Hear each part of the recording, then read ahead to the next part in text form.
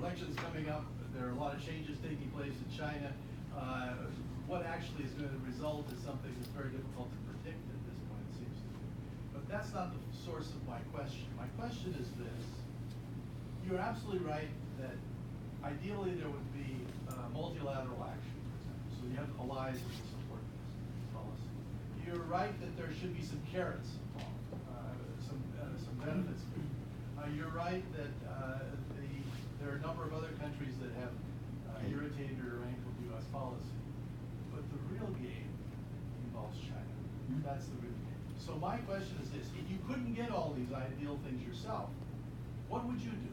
Would you just continue the liberal trade order as Obama and others had seen it? Or would you have an alternative way of putting pressure on a government that in fact has no intention of observing the liberal trade order and in fact is introducing a very different kind of international political economy, which I would call neo-mercantilism. So what would you do? Okay, so let's assume for the moment that multilateralism doesn't work, that these other carrots don't work. I would say that you want to do two things. First of all, I would dispute a little bit your premise that China is a completely revisionist actor when it comes to the liberal trading order. The obvious thing that people point to with this, for example, is the BRI. BRI is a variety of things. It does not represent an existential threat to the liberal international order. And indeed, I think the hysteria over Belt and Road around here, reflects. Yeah. Okay. Infrastructure is a good thing to build. Right. Yeah. Exactly. No, not only is infrastructure a good thing to build, also I actually want China to realize that they don't need to be as dependent on the Straits of Malacca. You want a more secure China in that area. That's actually a good thing for a variety of reasons. I think you have to essentially pursue a dual track approach, which is you don't cut off China from the rest of the global marketplace because you want China invested in the idea that the liberal international order will persist. And the belief that they have benefited tremendously from it, which they obviously have. There are, however, areas where I do think more coercive pressure, or, for lack of a way of putting it, a revitalized version of COCOM might be called for. So 5G is legitimately an area where I don't think there's an easy answer, because it seems very clear that Huawei will actually, develop dominance there, or could develop dominance there, and that could lead to key vulnerabilities. In the Western information infrastructure. However, the way you cope with that is not just by punishing Huawei. You also make sure that, let's say, Ericsson, and other potential competitors are actually incentivized to develop an alternative. And you also have to be very careful in terms of figuring out which sectors are, vulnerable to this kind of weaponized interdependence that we're talking about, and in which sectors, in fact, is this much ballyhooed, but in fact not actually true. And the truth is that I think there are not a ton of areas where this is necessarily going to be where you have to, apply containment style thinking. By and large, you operate through the WTO. You continue to operate through mechanisms that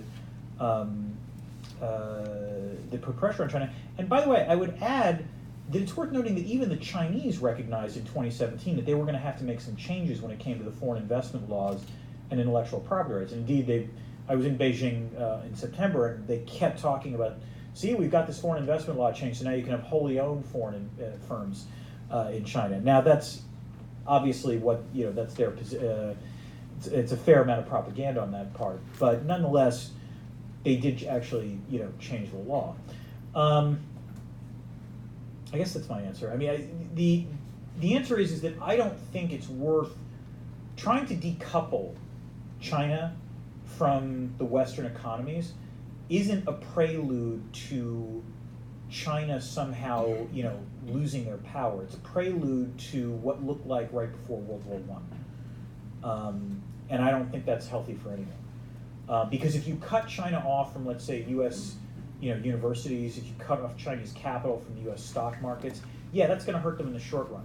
You know what will happen in the long run? They're just going to develop their own indigenous capabilities in these areas. So those are proposals. Nobody's cutting off the universities, and nobody would be thinking about cutting off the capital markets. Actually, you're incorrect. Bloomberg announced there have been multiple stories over the last 2 weeks about the U.S. doing that very thing when it comes to the ability of U.S. Chinese firms to go on the stock exchanges, and you're also beginning to see rumbles about pressure on U.S. universities to restrict Chinese students in terms of key areas of science and technology programs. I disagree. This is actually. I disagree with you. I don't think there's evidence of that. I think our I've got the news stories. I'm not going to just, I'm it's sorry. very open. Our university system is very open to continue to be. But even though those aren't the harder thing, the question is, what would you do to effectively deal with a very changed set of commercial circumstances in which which neo-mercantilism is really a dominant sort of policy on the part of a very big and important trading partner and competitor? Again, I would push back on the notion that China is pursuing a neo-mercantilist foreign, trading policy.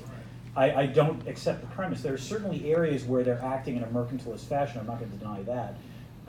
But I think, I guess I don't accept the premise of your question.